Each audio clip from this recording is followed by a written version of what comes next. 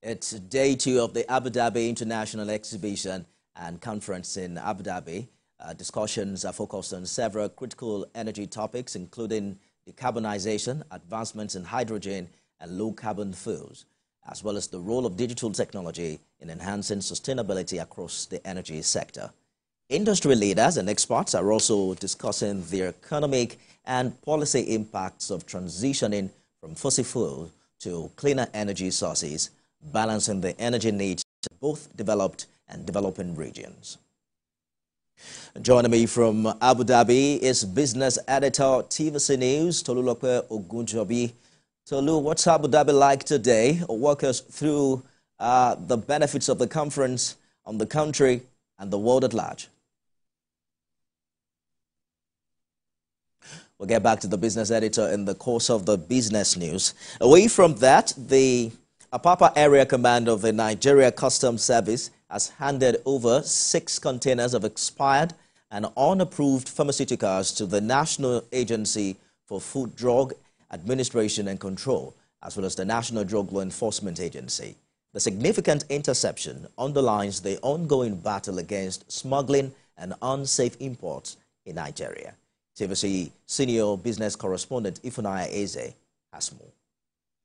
Apapa Command's controller Babatunde Olomu led the handover, highlighting the command's commitment to stopping dangerous import. Since January, Apapa Command has seized over 36 shipments of banned items valued at 1.5 billion naira.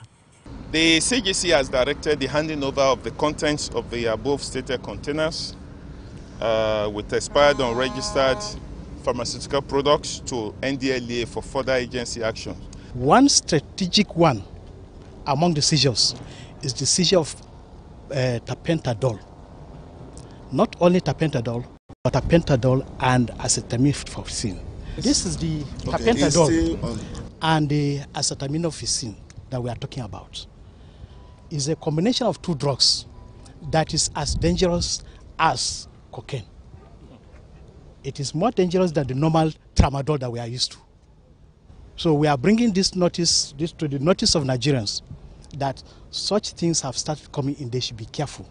Comptroller Olomu also marked record-breaking revenue, reporting 1.87 trillion naira generated from January to October, showing a remarkable 101% increase over collections during the same period in 2023, including an unprecedented 264.4 billion naira in October alone. He pledged continued modernization to facilitate trade. We are hopeful of meeting and even surpassing our target of 2.2 trillion as the year winds down.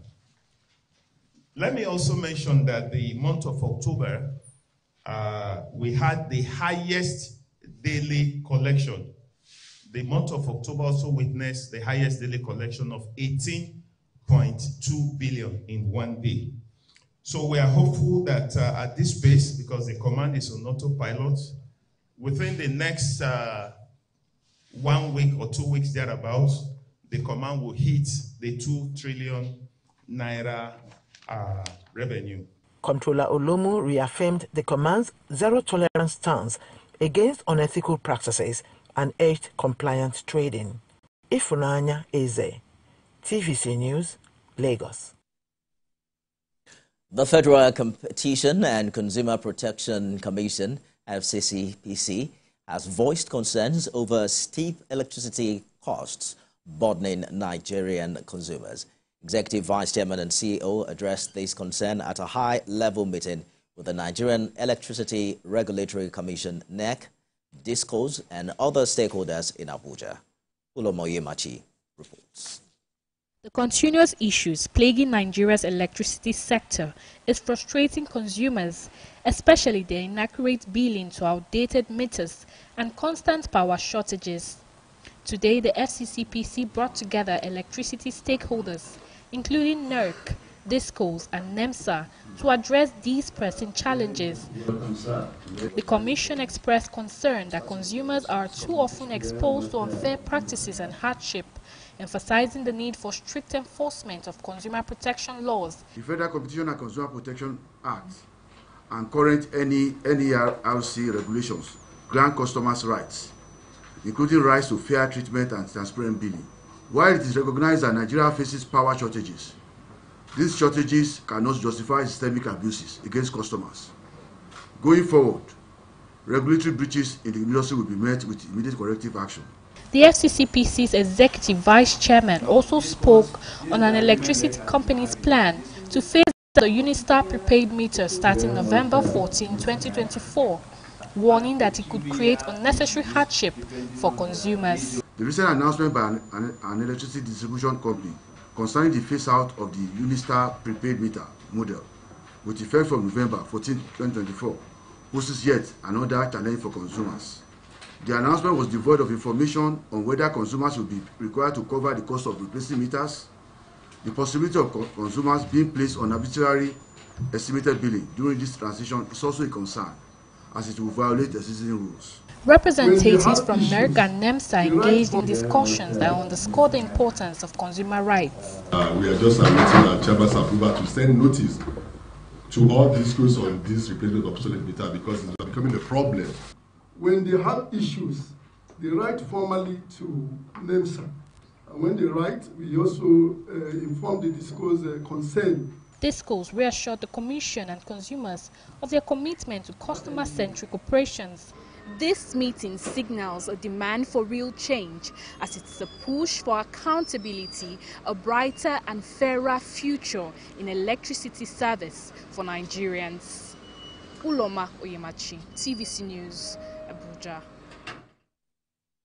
Well, the stock market reversed the negative trend and forced prices upward at the end of business transactions today. Effiong Ekop has details and will return with sport news. Stocks prices rallied heavily in the banking sector following basket repositioning by investors and fund managers. The shares of UBA attracted great attention by market operators as they unchecked values in the global banking group. We saw the market reversed with 1 week negative trend for positive figures. This led the index to climb up by 0.22% to underscore gains coming to investments.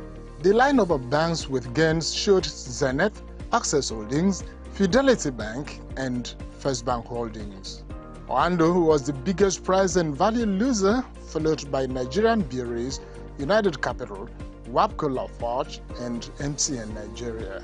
More than 500 million units of securities valued above 20 billion naira were crossed on the trading floor. Many market watchers say that they expect competitive stock price jumps in the weeks ahead. Effiong Ekop, TVC News, Lagos.